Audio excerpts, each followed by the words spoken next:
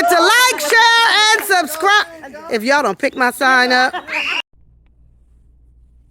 Bradley Jones and Cameron Dominic Hefner were toxic. What we saw on our TVs and on our phones is not what was happening in their real life. We saw Llips, we saw production. We didn't see Cameron, Dominique, as the family referred to him as Dominique, and Bradley, Llips. Those two were toxic to each other. They were a couple that should have not been together because of the way they treated each other, according to the family. And as a result, staying in a toxic relationship the way they did, continually hurting each other, according to the family, that ended in both of their lives are now ended. In the physical life, Llips is gone. His daughter is now without her father. She's also without her other father that was there throughout her life. So as a result of their toxicity in this relationship, I don't call it love, because love does not hurt. Love does not create this kind of trauma. Love does not unalive someone that you cohabitated with. This relationship, according to the family, had been toxic for years. I look back on Production's Facebook page many years, like 2017, he posted that he didn't want to go home. He felt like he didn't want to be there anymore, like he didn't want the marriage anymore. And now 10 years later, or 9 years or whatever years later, instead of making the decision to end what was toxic, and we all know the dynamics of what it was. Who was the aggressor? The sister said that she said her brother was controlling. We know when someone is in an abusive relationship, normally the controller is the one that is pushing the agenda of what they want. And they do that in a way that it doesn't matter what the other partner wants. The controller must have their way.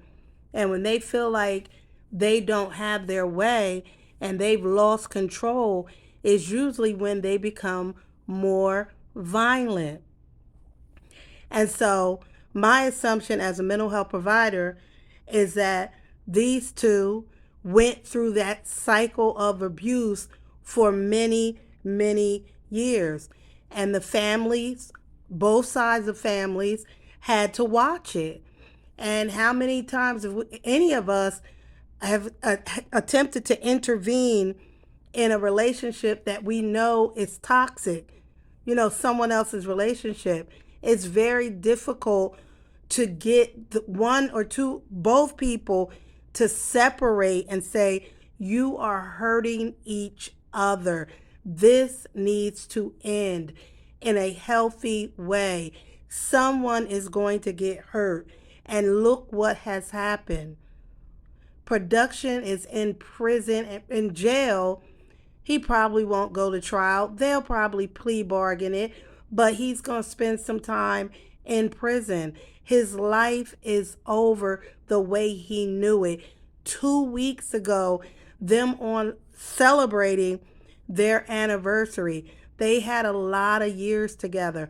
But I want to say that does not matter. I don't care if you got 40 years with somebody, 50 years with somebody.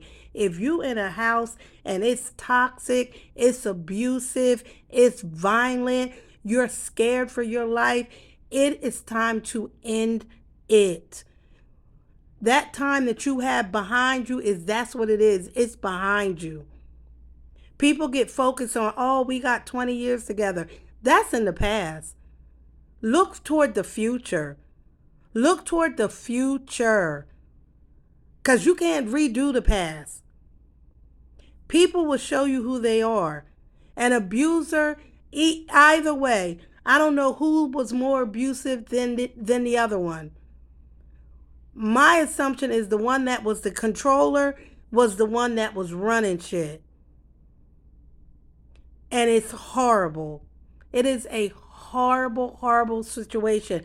But it's a lesson that we can learn. How many times have we seen celebrities or people that we admire be in these horrible life circumstances and situations, but those people are on TV.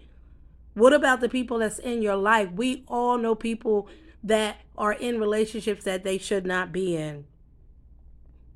And we pray that it doesn't end that way. The way this did not have to end like this. It didn't. They needed immediate support. They needed crisis intervention. They needed therapy, family therapy, even if it meant that they were going to separate. Because it just sounds like they just got to the point where they were just ugly toward each other. Ugly toward each other. Love does not hurt. That relationship was not love. That was not love. That was abuse. That was harm. That was trauma. It was not love. Love does not hurt. I don't care how many years you have with somebody. Nobody should have to live like that. That you felt production, was your life in danger, or was that anger? Like, I want to hurt you. You have pushed me to the point, if I'm going into his mindset that night. What got you to that point where you got a weapon from the car, according to what reports are saying? You walk back in that house. Now, see, this is the kind of information I don't think any of us needed to know. This is a active police investigation. What happened in the events that led up to him shooting him is going to be all part of what is going to be offered to production in a plea bargain. Because what's the purpose of going to trial? What are you going to fight? If you're planning to fight it as a trial, then he's going to go to court, say he was the victim. The witnesses are people who knew their relationship. And Llips' sister already done spoke on it. You made yourself a witness right there if it goes to court. I know his sister, Llips' sister, said that she wasn't angry. Well, grief is funny like that. Grief will take you from, oh, I'm not angry, till I'm very angry. And in the more details that you may hear leading up to what happened. That he according to her report, the sister, that production shot him on the 16th.